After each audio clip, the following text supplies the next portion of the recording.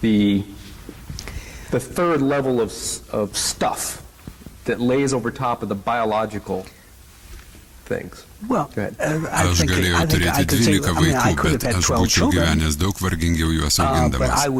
Bet tai nebūtų buvę įmanoma, problema būtų buvę ne maistas, o jų gyvenimo kokybė. But it would have been possible to do. The problem was not that there wouldn't have been enough food to give birth to 12 children. It's that their quality of life would have been much different. Balsas už kadro. Atrodo, kad yra akivaizdus prieštaravimas. Jei iš tikrųjų, kai yra mažiau maisto, tai bus mažesnė populiacija. Kodėl tada tam tikrose visuomenės grupėse mes matome daug didelių šeimų, ispanų tautybės daug juodaodžių šeimų yra didelės, kurios gyvena ties skurdo riba, ne vidurinės klasės atstovai. Bet tai atrodo kaip prieštaravimas, nes gyvenant vargingiau turėtų stikti maisto ir būti mažesnė populiacija. Many of the black families are large at the poverty level, not in the middle class.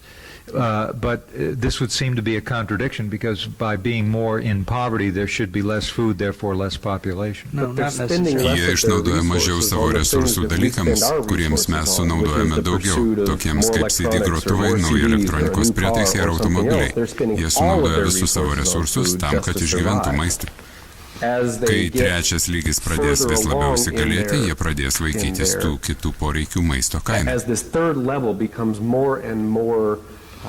Firmed up, they will begin pursuing these other interests at the expense of resources going into food. Yeah, the very fact that the children are there is a clear indication that there is food. Yra kaip indikatorius, jog ten yra maisto, nes kitokiu atveju jų paprasčiausiai nebūtų. Klausimas. Aš turiu klausimą apie tas pranašystės, keletas artėja jau. Klausimas būtų susijęs su populiacija, kur jūs sakote, kad yra tik tam tikras skaičius žmonių, kurį motulė žemė gali sau leisti. Iš kur jūs žinote, kad negali būti 12 milijardų, 24 ar netgi 100 milijardų? Probably, Gal aš pabandysiu atsakyti ir daktaras Thornhillas taip pat.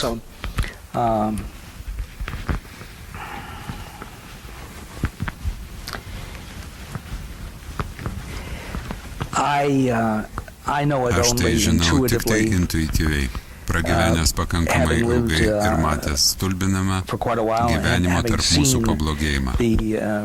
Kai mūsų sparčiai daugėja ir mūsų materialiniai resursai nyksta. Erdvės galimybės ir taip toliau. Net jeigu biologiškai mes galėtume išgyventi, gyvenimas 12 milijardų žmonių populiacija, manau, nebūtų maloni patirtis. Ir aš turiu paklausti, kodėl jūs turėtume norėti 12 milijardų žmonių. Netgi jei tai būtų įmanoma, ką mes gautume iš to palyginus su tuo, ką prarastume. Why would you want to have 12 billion people? Even if it were possible, why would anyone want to have 12 billion people? What is it that we gain considering what we lose? We know that those 12 billion people, jog atsirastų dar 6 milijardai žmonių, reikalinga biomasė turi būti paimta iš mūsų gyvenimo bendruomenės kaimynų. Taigi, kai mes gauname, jie yra priversti prarasti. Mes galime gauti tą biologinę masę tik tai iš savo gyvenimo bendruomenės kaimynų, įskaitant rūšių išnykimą.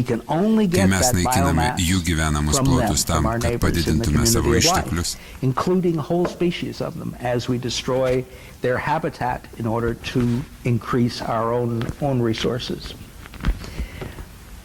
Alanai? Aš turiu du dalykus šio klausimo atsakymui. Ir antras iš jų turi įspėjimą. Pirmas dalykas yra labiau intuityvus, kaip tavo atsakymas buvo. Įsivaizduokite bet kokią planetos problemą, bet ką, kas ateina į galvą ir padvigubinkite žmonių skaičių įtrauktų į šią problemą. Ar situacija pagerėja, lieka nepakitusi, o gal pablogėja? Or does it remain the same? Or does it get worse? And so Daniel's question Ir Danielo klausimas, ar mes tikrai norėtume padvigubinti žmonių skaičių planetoje, mano manimu, yra labai geras.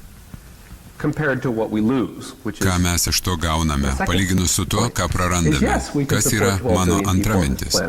Taip mes galėtume išlaikyti 12 milijardų Žemėje, aš įtariu, kad mes greičiausiai galėtume, bet tai būtų visų kitų gyvų būtybių sąskaita Žemėje.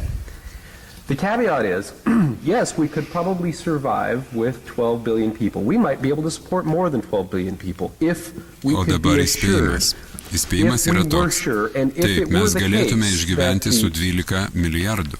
Mes gal galėtume išlaikyti netgi daugiau nei 12 milijardų.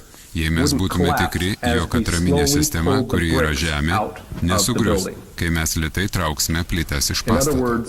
Kitaip sakant, mes galime paversti visą Žemės biomasę į žmonių masę, bet vieną dieną mūsų plaučiai nustos dirbę. Žemės gebėjimas perdirbti orą ir išskirti deguonį atgal atmosferą, išvalyti nuo CO2, išvalyti vandenį, cirkuliuoti azotui, angliai. Visos šios sistemos nustos veikusios, nes šiuo metu yra labai tankiai suviniotas mechanizmas, kuris yra visa planeta ir verčia tuos dalykus veikti. Reikia didelio kiekio sistemų, kad visą tai veiktų. Ir kai mes pradedame išmontuoti tas sistemas, jos turbūt veiks neblogai, kaip ir traukiant plytas iš pastato, nesugriausime pastato visiškai. Bet kažkada mes ištrauksime pakankamai plytų iš atitinkamos pastatos dalies ir pamatysime katastrofą. Pusė pastato nugrius.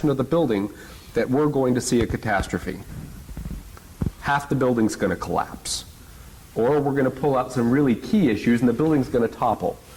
So what we are Ką mes iš tiesų darome, versdami biomasę žmonių masę, tai kenkiame gyvybės Žemėje pamatams. Taigi taip, mes greičiausiai galėtume išlaikyti 12 milijardų, bet yra šitas įspėjimas.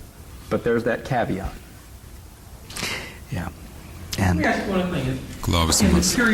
Laikais, kai mes neturėdame tuos masinius išnykimus, ne tik meteoritas prieš 65 milijonus metų, bet ir permo laikotarpis ar kažkas tokio. Ar mes esame savo paties meteoritas? Are we our own meteorite? In other words, if we're on the order of magnitude greater... Taip, bet mes apie 40 milijonų metų per anksti. Klausimas. Aš tiesiog stengiuosi susikurti vaizdą ne apie tai, kas nutiks, kai mūsų bus 12 milijardų, bet argi dabar mes nepatiriame ekologinio holokausto? Argi ne tai vyksta dabar, kai lietus Nikaragvoje yra El Niño ir pasaulinio atšilimo rezultatas, ko pasekmė yra per didelė populiacija. Arba didelio ledkalnio atskilimas Antarktikoje yra pasaulinio atšilimo rezultatas. Arba metano kiekio išsiskiriančių iš amžino įšalo poliariniuose regionuose padidėjimas. Kai mes turime daugiau automobilių, kai verčiame kinus gaminti daugiau elektros, ar tai nevyksta jau dabar? Tai nėra, kas nutiks ateityje, tai jau vyksta. Ar netiesa? Kai kurie sutiktų su jumis, o kai kurie sakytų, kad tai jau gerokai pažengę. Bet yra pakankamai žmonių, kurie sutinka su mintimi, jog tai reikia daryti X ir viskas bus gerai. Mes neturime sutarimo dar. Yra pakankamai žmonių, kurie sako, jog viskas, ką mes turime padaryti, tai tik pakelti savo našumą, skirstyti maistą geriau. Balsas už kadro. Vandenilis kuras, saulės energija. Alanas. Taip, naudokime saulės energiją ir viskas bus gerai. Taigi, tai yra, ko mus moko motina kultūra. Mes nenorime išmontuoti to, ką turime. Mes nenorime nustoti mynę savo skraidimo įrenginį.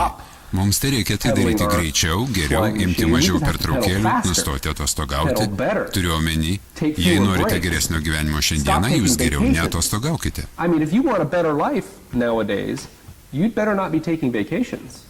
Balsas už kadro. Visa technologinė euforija, kuri yra neatsiejama dalis motinės kultūros žinutės, yra tokia pat šauni kaip ir heroino ar bet kokia kita euforija. Tai reikia jos turėti vis daugiau ir daugiau tam, kad lėkštės liktų kaboti